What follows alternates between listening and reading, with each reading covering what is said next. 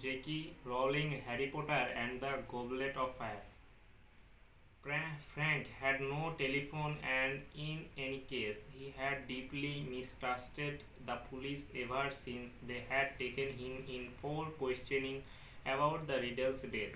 He put down the kettle at once, hurried back upstairs as fast as his bed leg would allow, and was soon back in his kitchen, fully dressed and removing a rusty old key from its hook by the door. He picked up his walking stick, which was propped against the wall, and set off into the night. The front door of the Riddle house bore no sign of being forced, and more did any of the windows. Frank limped around to the back of the house until he reached a door almost completely hidden by ivy. Took out the old key, put it into the lock, and opened the door noiselessly. He had let himself into the Covernous kitchen. Frank had very dark. He remembered where the door into the hall was of desired speak from any sound of footsteps or voice from overhead.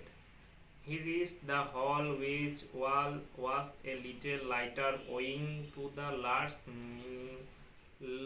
mullinet windows either side of the front door, and started to climb the stairs, blessing the dust which lay thick upon the stone because it muffled the sound of his feet and stick.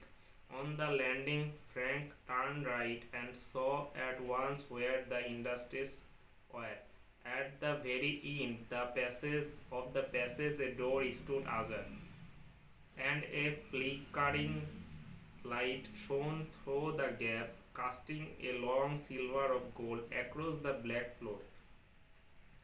Frank inched closer and closer, grasping his walking stick firmly. Several feet from the entrance, he was able to see a narrow slice of the room beyond. The fire he now saw had been it lit in the grate.